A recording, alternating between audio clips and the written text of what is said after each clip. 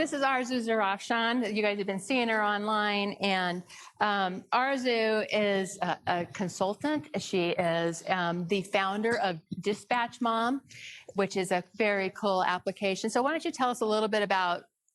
Let's start with DispatchMom, because I think this is a really super cool. This is what she's launched in this year. Yeah. Thank you. Yeah.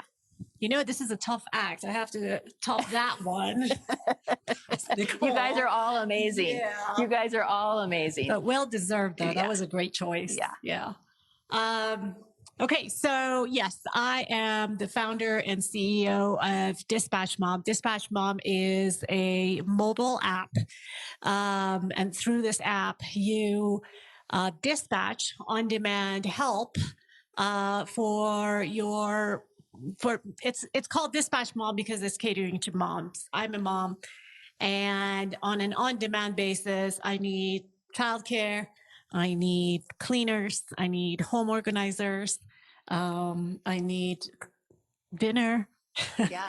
And where's dinner coming from tonight? Exactly. Yeah. Exactly. And you were in those moments of, oh my God, I'm juggling too many balls. Yeah, I have been. I have lived it. Yeah.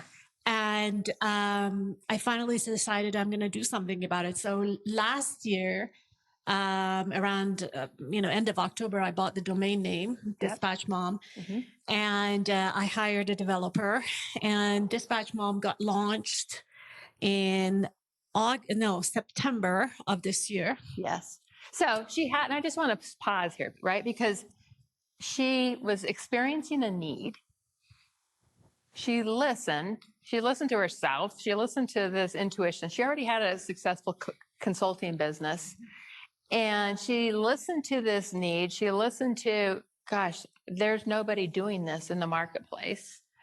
And she started listening to other moms saying, are you experiencing this? And you heard this, and you moved and you created. Yep. Right. And so I think this is really important to point out to you guys, is any of you who have this burning desire you have this idea that's inside of you, and it's time to move with this, right? So how did you decide to do a yes to that listening that you knew you needed to move forward on it? Yeah. So I coach founders.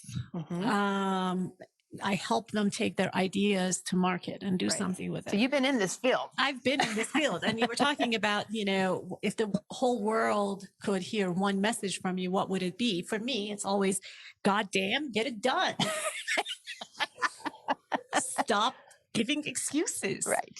And so, there was never, when the idea occurred to me, which has its own story, and then the business model came together, there was never a moment of doubt in terms of if, it was when.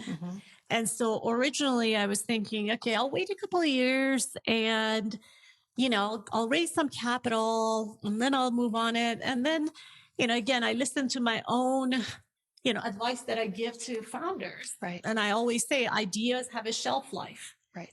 And I'm like, if not now, then when? I'm just going to, let's go. Let's go. And, I was revenue positive on day one. Which is amazing. It is amazing that a startup this little, this early is a post-revenue startup.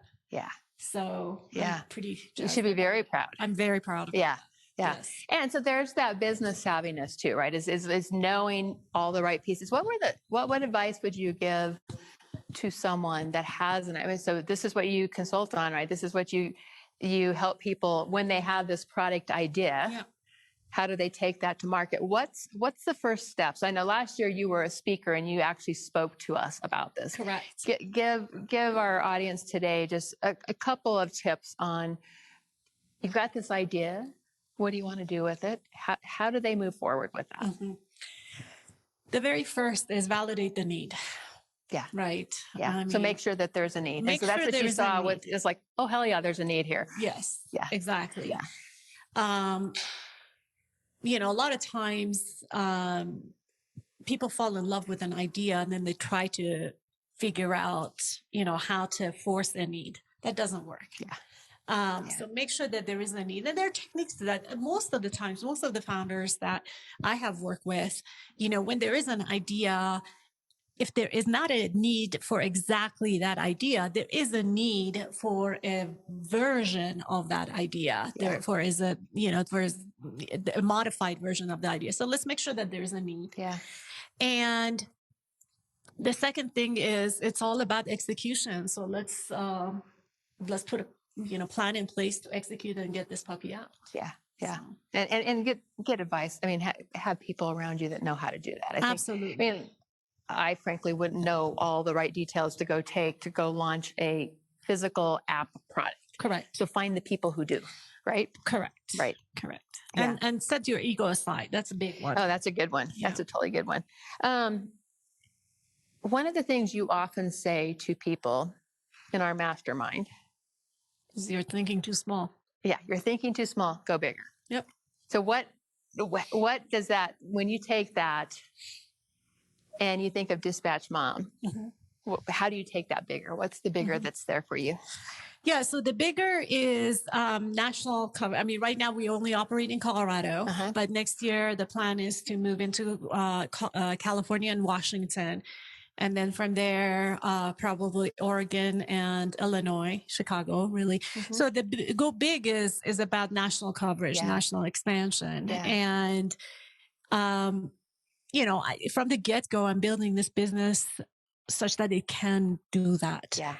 So if there is an idea or if there is something that isn't scalable, right, that I think I can do it. Yes. Yeah. I think I can do it in Colorado, but maybe not in Washington. I just don't do it. Okay. I just don't do it. Yeah. So thinking big, is something that I have always, coached founders on. And it's very interesting. It's women who generally have issues with that. Yeah. The guys, I have to bring them down a notch or two and say, okay, let's get closer to the ground. This is for everybody out there. Go bigger, right? Go bigger. Yeah. Yeah. So keep going bigger on that one. You have been part of the Mastermind program for 3 years. Yeah. Awesome. I love it. Me too. Yeah. I'm a little embarrassed. Why have you been part of it? Well, it's funny. I say I'm embarrassed. I'm not embarrassed. I'm like, I don't learn easily. But no, I mean, I have been a part of it because honestly, every year when it comes to the renewal time, I do a kind of a pulse check, both from a subjective perspective and objective perspective. Yeah. The subjective perspective is the amount of support and camaraderie and just resources that I have access to through the Mastermind, and it's invaluable. The objective part of it is about the ROI, return on investment, and honestly, every single year there has been multiple of my investment in terms of returns. And so there is no question in my mind. Every year it's like, it's a wonderful tribe, group of women that are, savvy and caring, and they're all lifelong learners. They're all good human beings. We are all, we are all after the same thing. It's you, honestly, which is a big privilege to know you. And then from a dollars and cents perspective, it has paid for itself multiple times. That's awesome. So I love that. Yeah. Well, thank you for joining us today. Thank you. And hugs to you, big virtual hugs. And yes. Awesome. For those of you who are not Cammie's clients, get on the list. Don't wait.